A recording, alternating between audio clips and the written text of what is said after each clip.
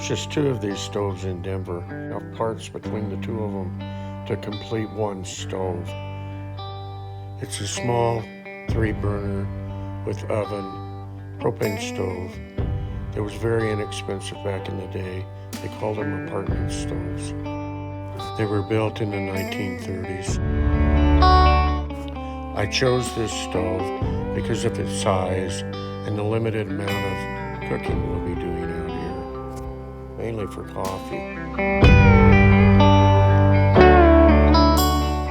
I'll go over the operation of the stove and some of the features that this stove has.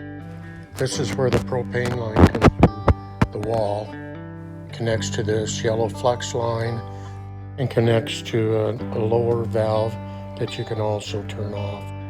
One word of caution, especially with all 3 burners going, it can create a lot of heat underneath that top shelf and will destroy the light.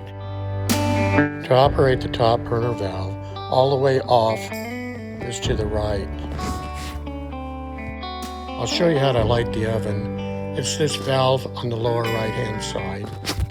Open the small viewing window at the bottom on the front of the stove. Turn this valve on, which will be down. Put your lighter in here and light it. This viewing window, the window itself is made out of mica, and it's for viewing the oven to make sure that it's on. Keep an eye on it if you use it. We'll turn it off. And make sure that's off. Don't forget to turn all of the valves off on the stove before turning the outside propane off. When did everything change? When did I get old? It's all behind me now.